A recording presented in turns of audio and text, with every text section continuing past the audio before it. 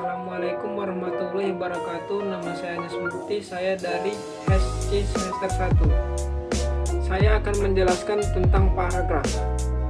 1. Hakikat paragraf. Hakikat paragraf adalah bentuk bahasa yang biasanya merupakan hasil penghubung beberapa kalimat. Salah satu pada paragraf disebut sebagai kalimat utama dan kalimat yang lainnya sebagai kalimat penjelas. Paragraf biasanya terdiri dari pikiran, gagasan, atau ide yang dijelaskan dengan kalimat pendukung.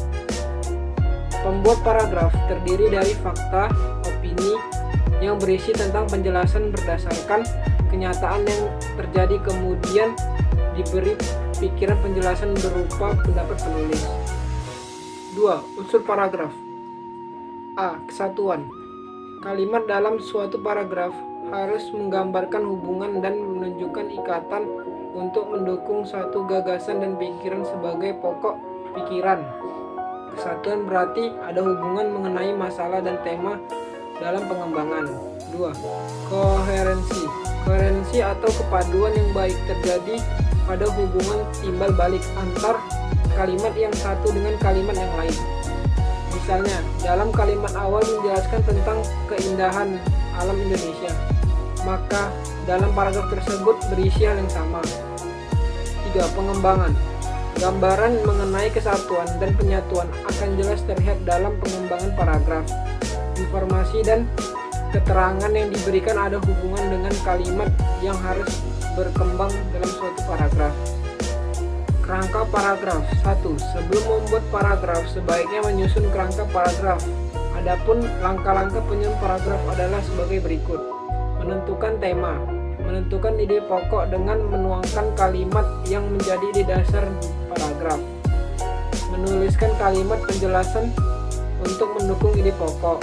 Menuliskan kerangka paragraf yang terdiri dari tema, judul, dan pikiran utama atau nanti yang akan kita kembangkan.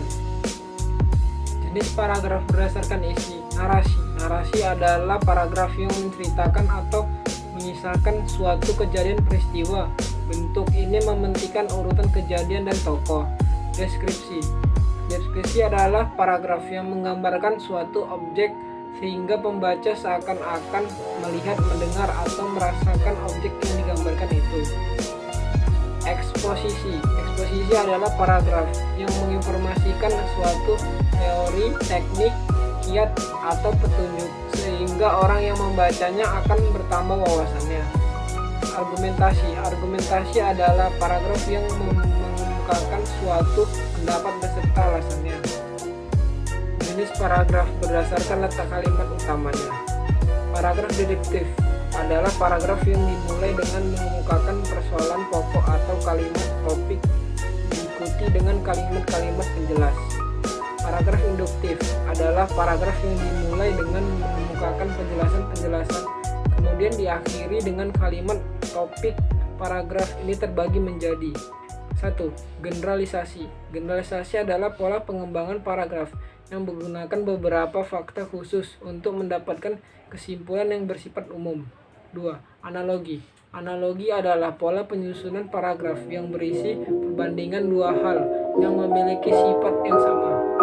3. Kualitas adalah pola penyusunan paragraf yang dengan menggunakan fakta-fakta yang dimiliki dengan pola paragraf catatan. Sudah paragraf yang diambil dengan mengemukakan pembahasan tokoh atau kalimat topik yang kemudian diikuti kalimat-kalimat penjelasan dan diakhiri dengan kalimat topik. Jenis paragraf berdasarkan paragraf pembuka atau pendahulu adalah paragraf yang berisi ancang-ancang atau arahan tentang apa yang diuraikan atau dibahas pada bagian isi wacana.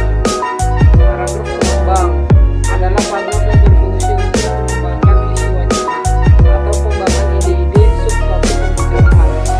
Paragraf penutup. Paragraf penutup adalah paragraf yang mengakhiri sebuah uraian. Bisa mengandung bermacam-macam maksud atau isi, seperti uraian saran atau harapan-harapan, pengesahan kritik, dan rangkuman isi uraian atau resume. Karakteristik paragraf narasi.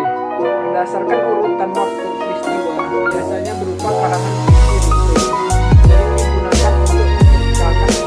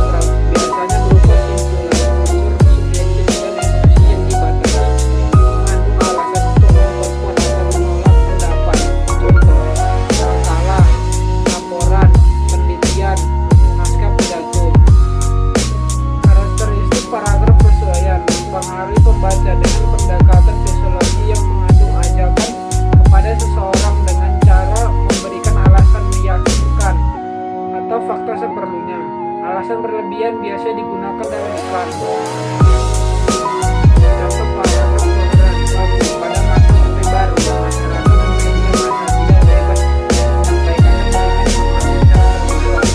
Dalam kurun waktu yang cukup panjang dan membosankan itu, banyak kali terjadi pembedalan bercabut di survei dan membatalkan SBY. Banyak kembali untuk budaya komunikasi politik yang memakai model top-down. Itu bahkan Mahkamah Agung atau MA seringkali ikut-ikutan melakukan pembedalan. Justru itu melakukannya dengan mengamini sistem kekuasaan yang menjadikan hukum sebagai perisai sekaligus simbol kekuasaan politik. Contoh paragraf tidak toleran.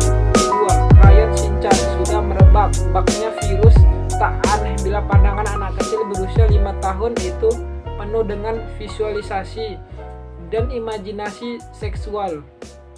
Di negeri asalnya, krayon memang bukan bacaan anak-anak, melainkan untuk kalangan remaja. Dia berada di tangan mungil anak-anak berusia 5 tahun, di mal, di pinggir jalan, di toko buku, dan di layar televisi. Dia menciptakan kehebohan dan menimbulkan rasa